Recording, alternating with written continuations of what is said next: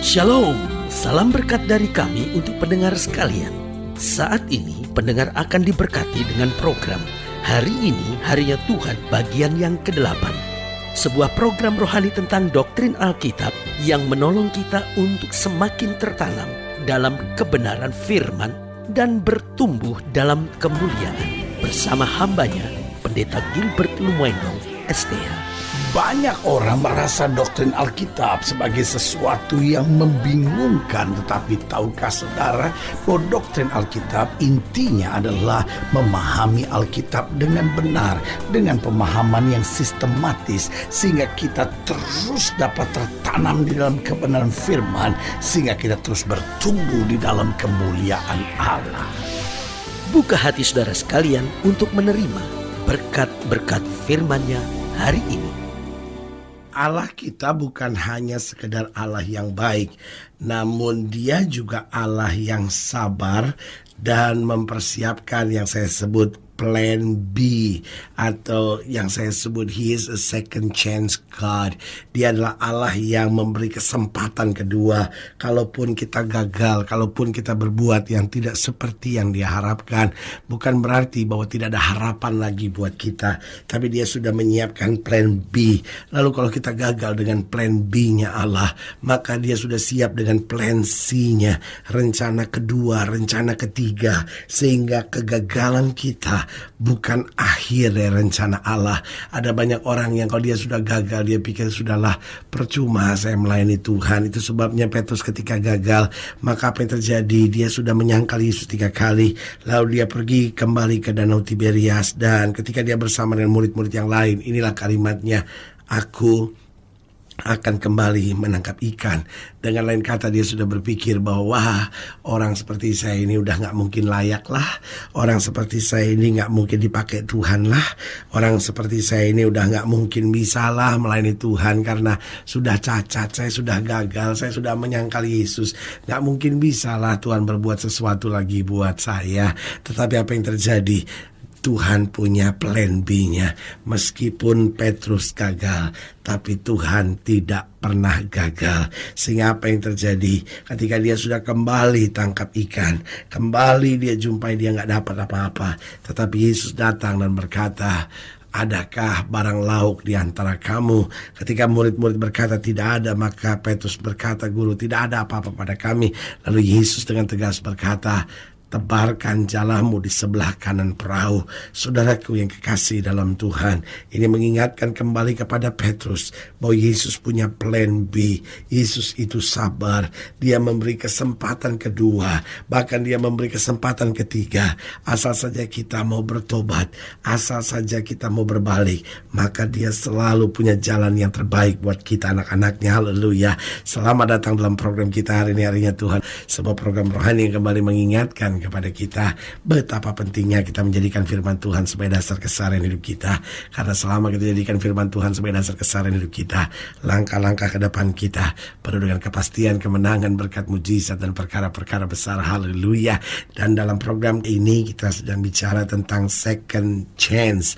Manusia itu, kata pepatah bilang, sekali kita lancung ke ujian, seumur hidup orang tidak percaya. Itulah manusia. Manusia biasanya satu kali kita gagal, satu kali kita salah, maka seumur hidup kesalahan kita akan diingat. Tetapi Alkitab dengan tegas berkata, aku tidak akan mengingat-ingat kesalahan dan dosamu. Berarti dia mau memberi kesempatan buat kita. Dia punya plan B, dia punya plan C, dia punya rencana-rencana ke depan buat kita. Meskipun kita gagal, tetapi dia Allah yang tidak pernah gagal. Haleluya.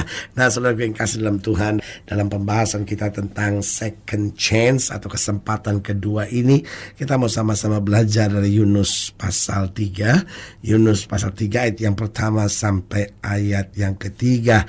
Nah, kalau saya ikuti program ini, sebelum-belumnya kita sudah bicara tentang ketidaktaatan Yunus. Sampai kemudian Tuhan mengirim ikan dan membiarkan Yunus ada dalam perut ikan. Dikatakan demikian, Yunus pasal 3 ayat 1-3. Datanglah firman Tuhan kepada Yunus untuk kedua kalinya. Berarti seorang yang sudah gagal, seorang yang sudah mengecewakan Tuhan, tetapi datanglah firman Tuhan kepada Yunus ini untuk kedua kalinya demikian. Bangunlah, pergilah ke Niniwe, kota yang besar itu, dan sampaikanlah kepadanya seruan yang kufirmankan kepadamu. Bersiaplah Yunus, lalu pergi ke Niniwe sesuai dengan firman Allah. Niniwe adalah sebuah kota yang mengagumkan besarnya, 3 hari perjalanan luasnya. Nah, saudaraku yang kasih dalam Tuhan, sekali lagi saya mau tegaskan bahwa kita bisa gagal, tapi Allah tidak pernah gagal. Yunus telah gagal, tapi waktu Yunus menyadari kesalahannya, Tuhan kembali memakai Yunus. Pertanyaan saya, apakah tidak ada orang lain yang bisa dipakai oleh Tuhan? Ada yang bisa dipakai oleh Tuhan, tetapi Allah memilih untuk memberi kesempatan kedua kali kepada Yunus, sehingga Yunus tetap masuk dalam rencana Allah, bahwa meskipun dia gagal, tapi Allah tidak pernah gagal. Dari sini kita bisa belajar beberapa hal yang menarik. Yang pertama, ia memberi kesempatan kedua karena ia ingat keterbatasan kita. Bukan berarti kita bisa seenaknya, bukan berarti kita berkata, wah berarti kita enak dong bisa berbuat dosa, kan Tuhan kan memberi kesempatan kedua. Loh, tapi kan dosa kan tidak enak, dosa kan menghancurkan kita, dosa kan membuat kita sengsara, dosa kan membuat hidup kita penuh dengan stres, tertekan, rasa malu dan lain-lain, ya kan. Nah, justru karena Tuhan mengerti semuanya itu, bahwa dosa selalu berakibat kepahitan, maka dia memberi kesempatan kedua buat kita. Kenapa? Ia ingat keterbatasan kita, ia ingat kekurangan kita. Nah, kalau kita mempermainkan Tuhan, gak ada kesempatan kedua. Tapi kalau kita jatuh, kita gagal, Tuhan akan memberi kesempatan kedua buat kita, untuk memulihkan kita, mengangkat kita. Sehingga saudara yang mungkin pernah berkata, ya pendeta, saya pernah aborsi. Atau saudara yang berkata, pendeta, saya pernah jadi pengedar drugs. Saudara yang mungkin pernah berkata, pendeta, saya pernah lakukan hubungan seks sebelum nikah. Atau mungkin saudara yang berkata, aduh pendeta, masa lalu saya pada lalu itu gelap sekali. Saya mau beritahu, kau gak pernah perlu kecil hati. Mungkin saudara seorang narapidana yang baru keluar dari penjara, saudara gak perlu kecil hati. Saudara mungkin gak ada orang yang percaya sama saudara, mungkin gak ada orang yang menghargai saudara, semua orang meremehkan saudara. Sebagai hamba Allah, saya hanya mau ingatkan buat saudara, kita masih punya Tuhan kan. Dia memberi kesempatan kedua buat kita. Persoalannya sekarang, maukah kita bangkit? Maukah kita mengimani janji Tuhan? Maukah kita bilang, Tuhan, saya tidak mau menangisi terus kegagalan saya mau bangkit dan saya tahu Tuhan akan memulihkan saya. Ia memberi kesempatan kedua karena ia ingat keterbatasan kita. Yang kedua saya pelajari, ia memberi kesempatan kedua karena kesabarannya. Dia Allah yang begitu sabar terhadap kita, sehingga dia mau didik kita, dia mau proses kita, dia mau bentuk kita. Waktu kita gagal, dia bukan kecewa, tapi waktu kita gagal, dia kembali menyiapkan rencana yang luar biasa buat hidup kita. Jadi ia memberi kesempatan kedua, bukan supaya kita manja, bukan supaya hidup kita gak karu-karuan, bukan supaya hidup kita seenaknya dalam dosa, tapi karena ia ingat keterbatasan kita. Yang kedua karena kesabarannya. Lalu yang ketiga, ia memberi kesempatan kedua karena rencananya tidak dapat dibatasi oleh kegagalan-kegagalan kita. Oh, kegagalan-kegagalan kita tidak akan pernah membatasi rencana Allah, karena rencana Allah harus terlaksana dalam hidup kita. Dan yang keempat saya pelajari, bahwa ia memberi kesempatan kedua karena ia adalah Allah yang kreatif. Ia turut bekerja untuk mendatangkan kebaikan. Artinya, walaupun kita telah menghancurkan segala rencana Allah, kreativitas Allah tidak pernah berhenti sampai di situ. Allah punya lagi jalan buat kita. Kita gagal lagi, Allah punya lagi jalan. Kita melarikan diri, Allah punya lagi jalan. Dia begitu kreatif. Karena itu saudaraku yang kasih dalam Tuhan, hidup Kristen tidak pernah berada di jalan buntu. Jangan pernah menyesali nasib lalu berkata, aduh Tuhan, saya sekarang sedang ada di jalan buntu, saya udah gak tahu mesti buat apa. Tapi Yesus akan tersenyum pada kita dan berkata, anakku, aku masih punya 1001 jalan. Dia Allah yang super kreatif, sehingga dia akan selalu punya jalan keluar. Dia akan selalu punya berkat. Dia selalu punya cara untuk menolong kita, untuk mengangkat kita dan mengerjakan mujizat buat kita. Hanya beberapa hal penting harus kita sadari. Yang pertama, bahwa meskipun dia adalah Allah yang memberi kesempatan, dia adalah Allah Allah yang memiliki dan mempersiapkan plan B, plan C dalam hidup kita. Tetapi dia tidak dapat dipermainkan. Alkitab dengan tegas berkata, jangan kamu sesat. Allah tidak dapat dipermainkan. Meskipun dia Allah yang sabar, tapi dia bukan Allah yang bisa kita perlakukan seenaknya. Artinya Tuhan tahu persis kapan saya jatuh. Tuhan tahu persis kapan saya gagal. Tapi Tuhan juga tahu persis kapan saya mempermainkan Tuhan. Karena itu sebagai hamba Allah, saya mau ingatkan buat saudara, orang-orang muda, para suami, para istri, jangan mempermainkan Tuhan.